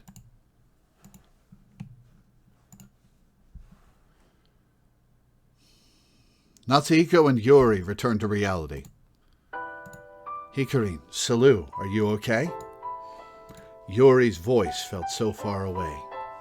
Yet Natsuhiko got another revelation about what a shit person his mom is, and Salou is having to recontextualize her entire life. Natsuhiko just gritted his teeth without answering. Salou had the toughest past out of all of us. Everything he saw in Salou's memory wrenched Natsuhiko's heart. And right in front of him, Salou cried. I probably would have been happier not knowing that.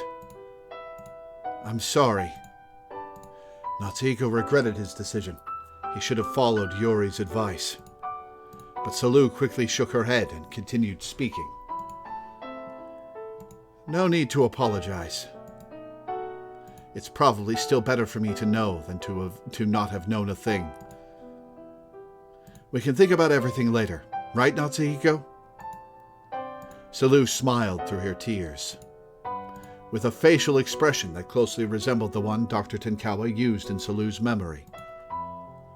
Even if my life was ashen, the memories of those last few days filled it with color.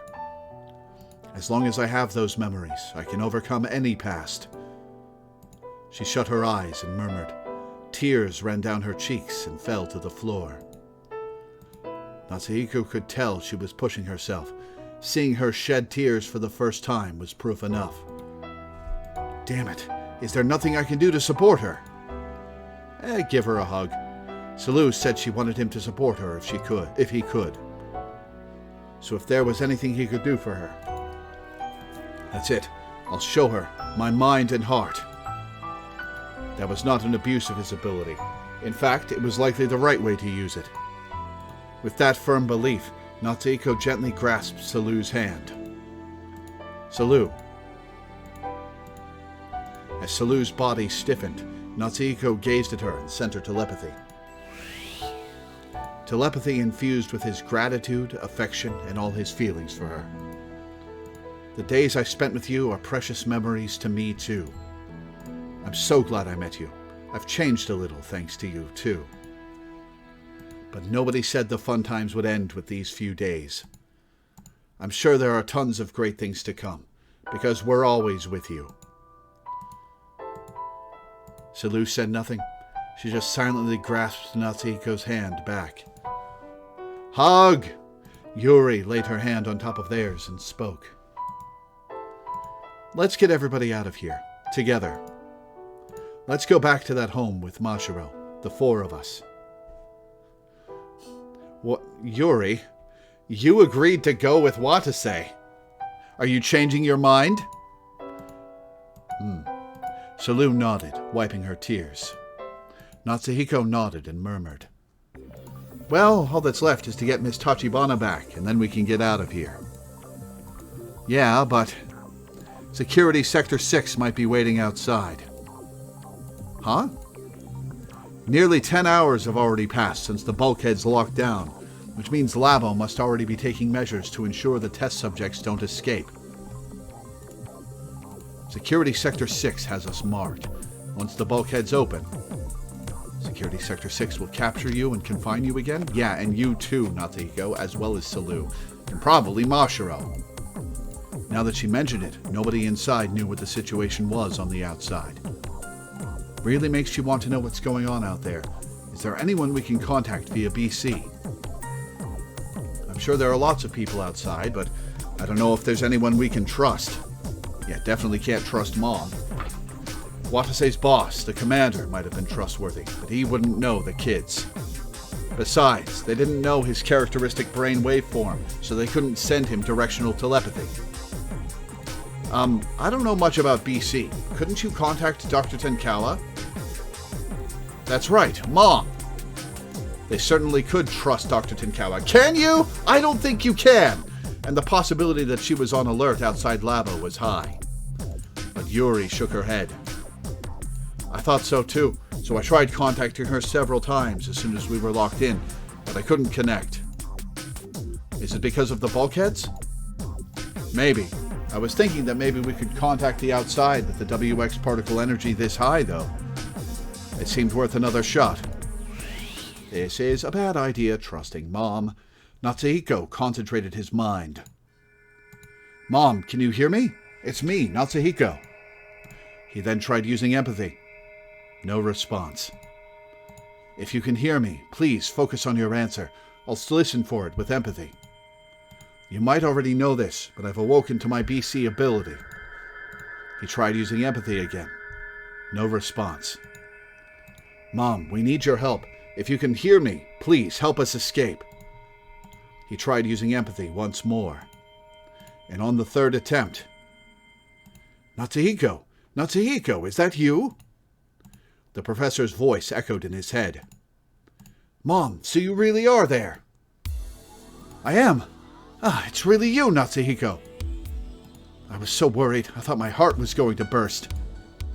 Yes, it worked.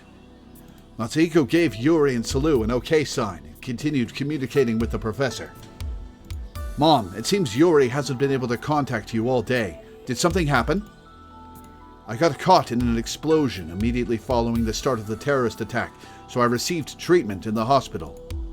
I just got back about 2 hours ago. Right now... The professor's voice abruptly cut off. Mom, I can't hear you. Here? How's this? I can hear you now. What's going on? I tried putting my head to the floor. Looks like we can connect better that way. Super obvious what I'm doing, though. You might already know this, but the floors and bulkheads separating the basements from the ground levels are constructed with thick BC insulators. We seem to be able to connect since the WX particle energy levels are high, but if they drop past a certain threshold, then connection will be rendered impossible once more. That meant that even though they had finally connected, there was a high possibility that they'd lose contact soon enough. The professor hurriedly asked Natsuhiko a question. We don't have time. Answer me, Natsuhiko. How's the situation over there? Right. Natsuhiko summarized the situation.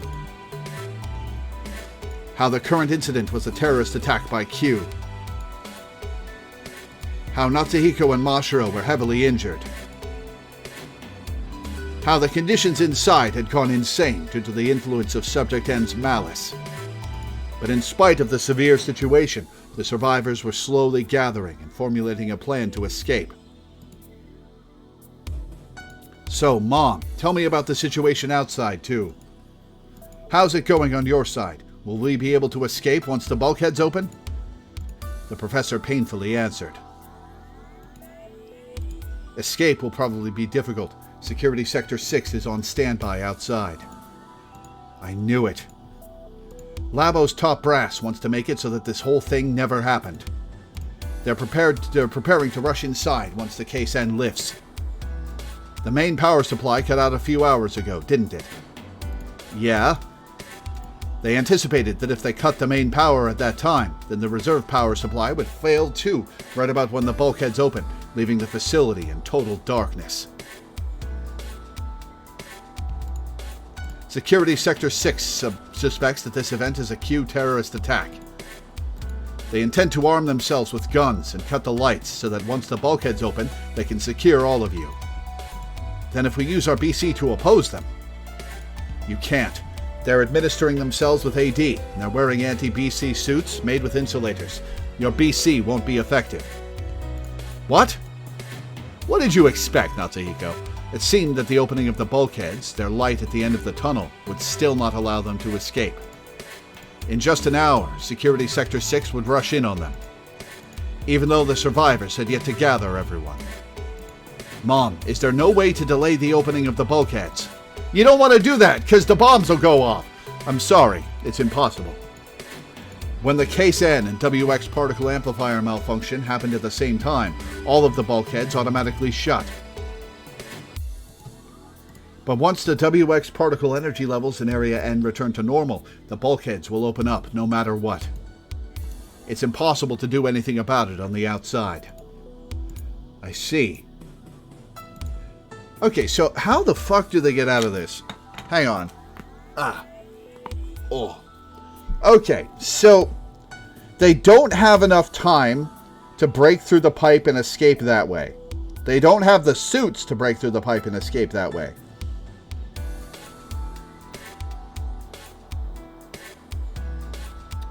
They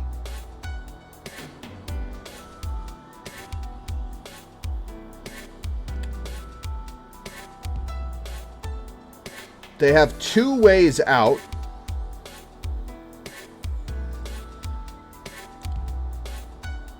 The cargo lift and the front door. But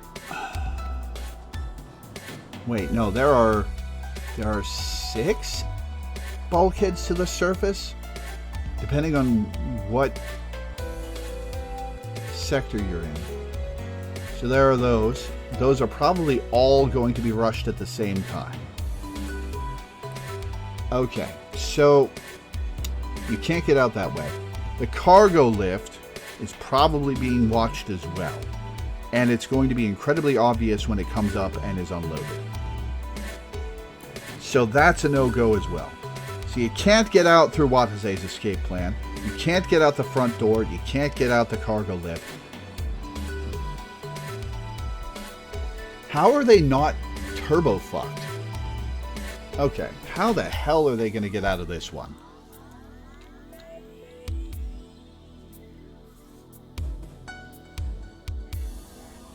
Natsuhiko was discouraged, but then he suddenly realized something.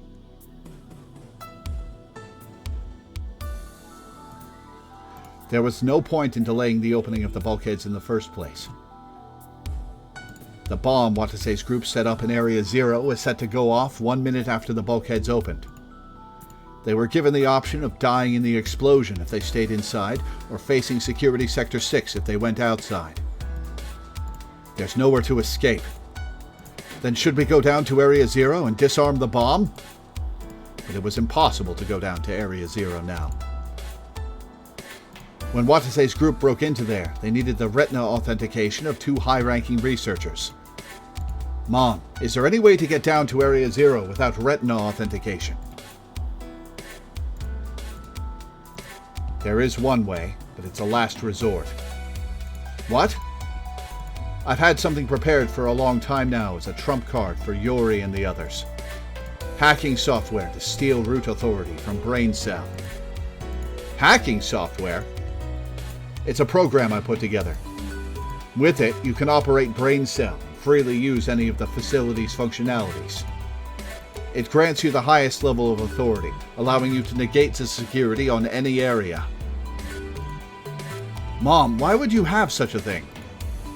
But at that moment, Natsuhiko recalled what he had heard in Yori's memory. I will gladly do whatever I can to get you all out of here, even if it costs me my life. Huh? Truth be told, I've been secretly advancing preparations for such a plan. It's not something I can do alone, so it'll be a difficult journey, but one day, for sure. Was that what she was referring to? Mom, where's that program? It's in the lowest shelf, farthest back inside my office. The hardware is an arms unit identical to the one Yui has.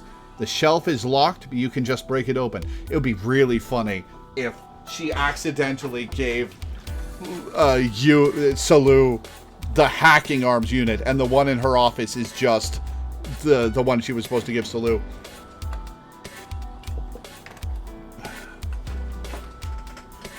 The hardware is an arms unit, identical to the one Yui has. The shelf is locked, but you can just break it open. And this way, they don't need to give Salu an extra sprite. It works by plugging Brain Cell into that arms unit. The software will then activate automatically, bringing up the authentication screen on Brain Cell's 3 control terminals. If you use those authentication screens, you can steal root authority. I see, that's easy enough to understand. But there are 2 things to note. First, Brain Cell consists of 3 control systems that observe each other. You must operate those 3 control terminals at the same time. One person alone cannot operate it. 3 people are necessary to steal root authority. Remember that. Yeah, we can manage if it's just 3 people. I've got Yuri and Salu with me anyway. Good. Then there's one more thing to note. Even if you steal root authority illegitimately, the system will reclaim it immediately.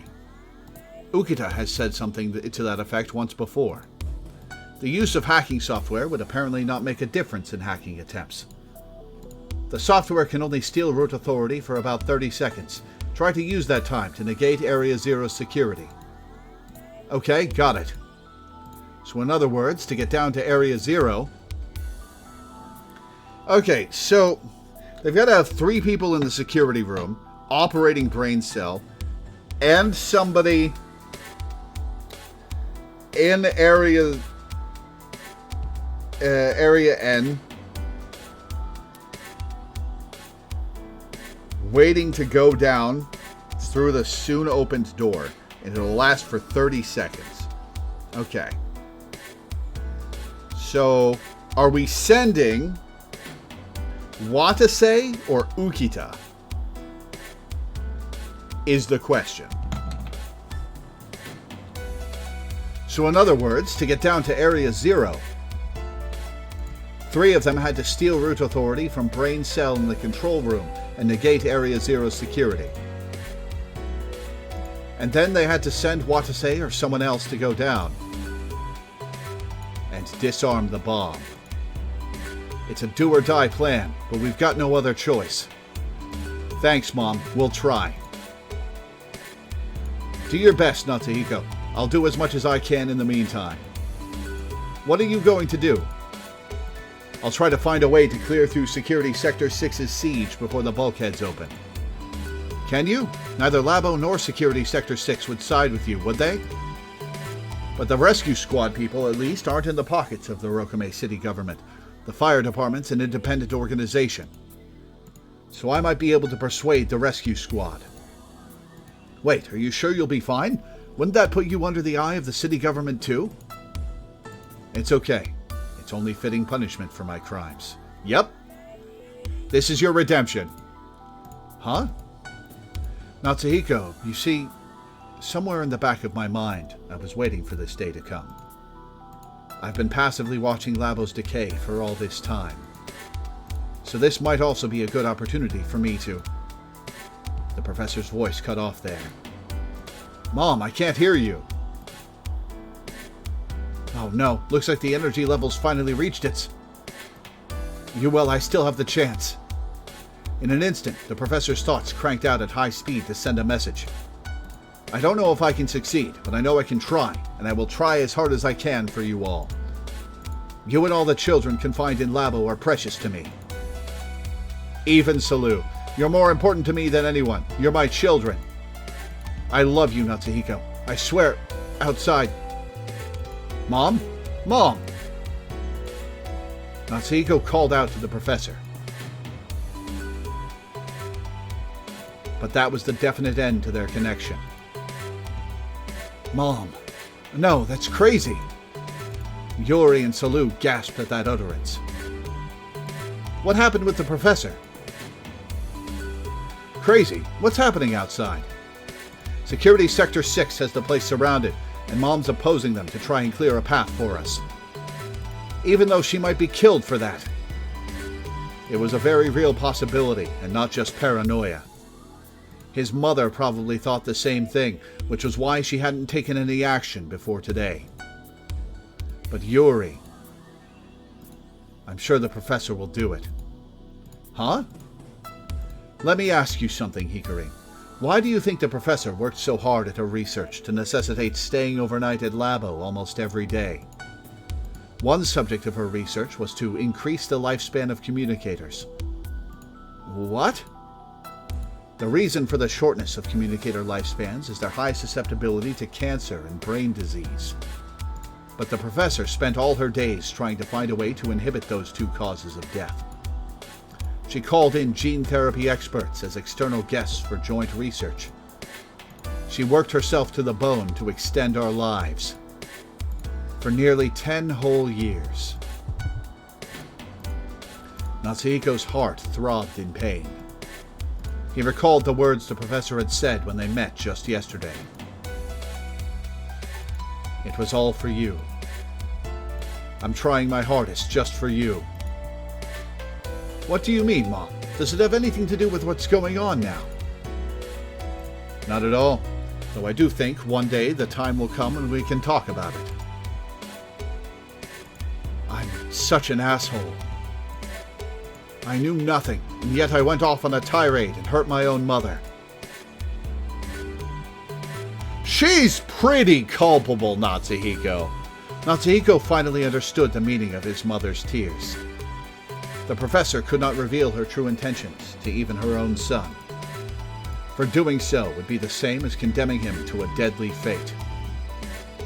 Therefore, she had kept everything sealed away in her heart and dedicated her entire life to research to save Natsuhiko and the others. As Natsuhiko froze in shock, Yuri gently whispered to him, Hikari, don't blame yourself so much. The professor said it wasn't your fault. She admitted it was true that she left her son all alone. But, well, you see, the professor really treasures you, Hikari. Through her research on lifespan extension, it appears she's found something that could possibly inhibit our susceptibility to cancer. Dr. Tinkawa might have cured cancer? Huh? The professor's 10 years of devotion may very well pay off with the extension of all communicator lifespans. There's no mom more amazing than that. You're right. Intense regret pressed down on Natsuhiko's heart. But he withstood it.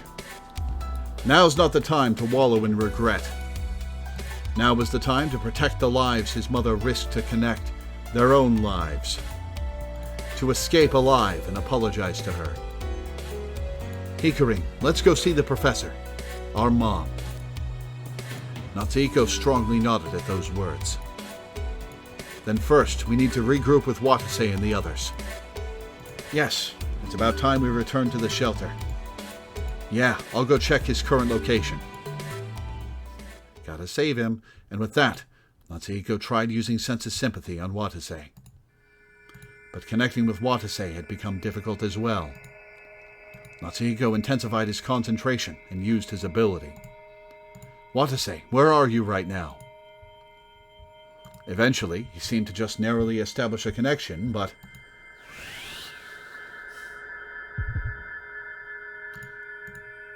At that instant, Watase's intense agony propagated to Natsuhiko. Chapter end.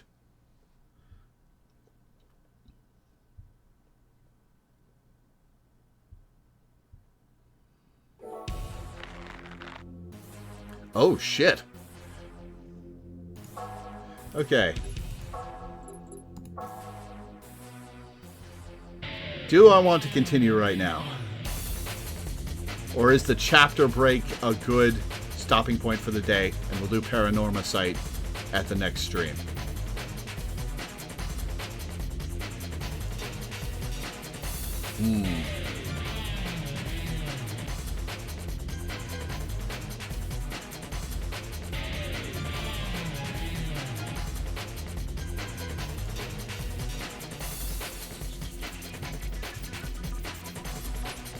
Give me a sec to decide.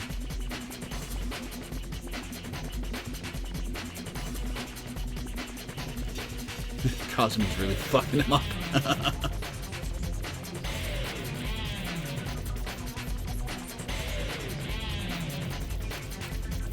I think the chapter break is a really good stopping point. What do you think, Shai?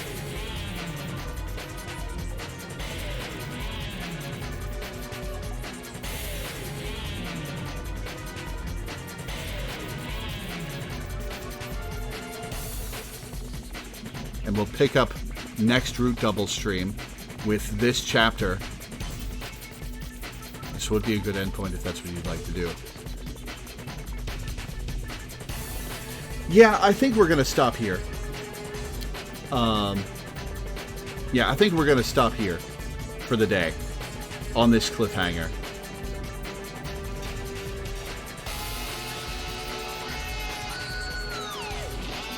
Paranormal hype for the next stream. I've heard that one's pretty good. I'm excited to find out what it is. Okay, so yeah, I'm going to read my schedule and get off. Tomorrow, I'll be starting 9 Souls for a patron. Thursday will be I, the Somnium Files, Nirvana Initiative for a patron. Friday will be Enna Dream Barbecue for a patron. Saturday will, of course, be our weekly Final Fantasy XIV stream. Sunday will be The Devil and Me for a patron. Monday will be Jenny Leclue Detective-oo for a patron. And next Tuesday will be Potionomics for a patron. So that's what's coming up. Thank you guys for tuning in. Thanks for hanging out. Thanks for watching. And I will see you next time.